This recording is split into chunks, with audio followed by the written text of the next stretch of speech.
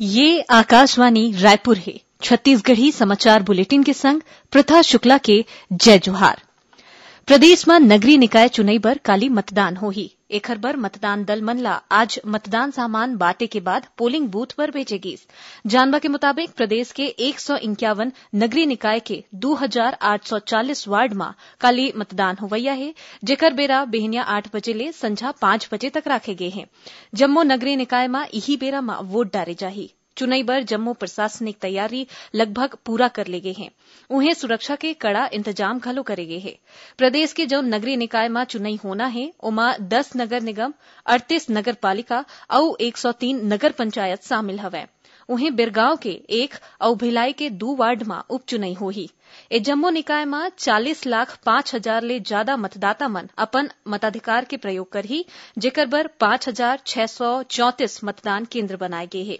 चुनाई के बेरा मतदान केंद्र के अंदर मोबाइल फोन ले जाए के मनाही रही। निर्वाचन आयोग हा मतदाता मन ला जागरूक करे बर मतदान केंद्र में सेल्फी जोन और मतदान के प्रक्रिया के संबंध में पोस्टर लगाए के घलो निर्देश दे है।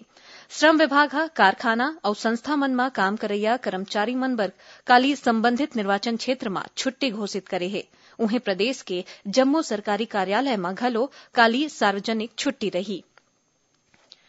काली होवैया नगरीय निकाय चुनाई में मतदाता परिचय पत्र के संगे संग 17 ठक आने वैकल्पिक दस्तावेज मन ला पहचान पत्र के रूप में मान्य करे गए हैं। एमा ले कोनो भी एक ठिन पहचान पत्र ला दिखा के मतदाता मन वोट कर सकत है।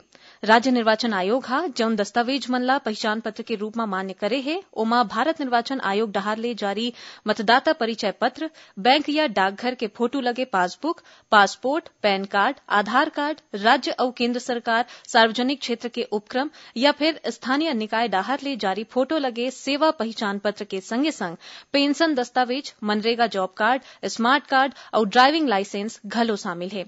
राज्य निर्वाचन आयोग हा मतदाता मन के सुविधा ला ध्यान में राखत हुए आयोग के वेबसाइट cgsec.gov.in के माध्यम ले घलो मतदाता पर्ची निकाल सकी। संगे संग ए वेबसाइट में मतदाता मन सर्च करके 18 ठिन पहचान पत्र मन ले अपन नाम के मतदाता पर्ची खुदे निकाल सकत है। राज्य सेवा आयोग पीएससी डाहर ले मुख्य परीक्षा 2018 के परिणाम घोषित करते गए हैं। परीक्षा परिणाम के आधार में 821 जन के चयन साक्षात्कार बर हुए है। मुख्य परीक्षा में चुने गए अभ्यर्थी मन ला साक्षात्कार के एक दिन पहले मूल दस्तावेज सत्यापन कराए खातिर लोक सेवा आयोग के कार्यालय में जाए बर लगी। जोन अभ्यर्थी मन दस्तावेज के सत्यापन नहीं कराही ओमन ला साक्षात्कार बर शामिल होए के अनुमति नहीं दे जाही। जानवा के मुताबिक छत्तीसगढ़ पीएससी हा 17 ठिन सेवा बर कुल 373 पद बर आवेदन मंगाए रहिस।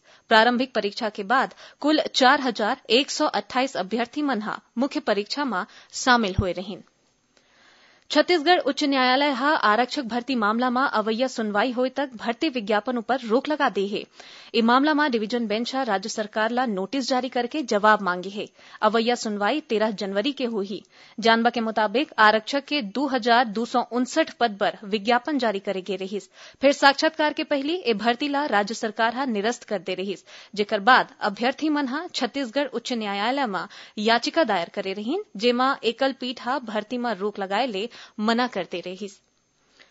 छत्तीसगढ़ के पहली आधार सेवा केंद्र रायपुर के पनरी में शुरू हो गए है।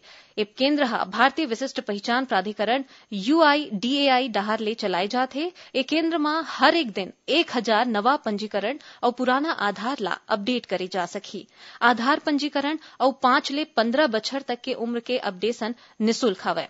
उन्हें जम्मो प्रकार के सुधार पर 50 रुपया शुल्क ले जाही। आधार सेवा केंद्र में ऑनलाइन के माध्यम ले अपॉइंटमेंट के सुविधा घलो मिलही। आधार सेवा केंद्र में काम के बेरा हर एक दिन बिहनिया 9:30 बजे ले संझा 6 बजे तक रही। ए केंद्र हा शनिवार और रविवार के घलो खुले रही। रेल यात्री मन के सुविधा पर सिकंदराबाद नागपुर सिकंदराबाद एक्सप्रेस के विस्तार अब रायपुर तक कर दे गए है। ए त्रि-साप्ताहिक एक्सप्रेस हा अवैया 23 दिसंबर के सिकंदराबाद ले रायपुर आही। ऐसन है 24 दिसंबर के रायपुर ले सिकंदराबाद बर जाही। एकरे संग छत्तीसगढ़ी समाचार बुलेटिन इहे सिरावत है। जय जोहार।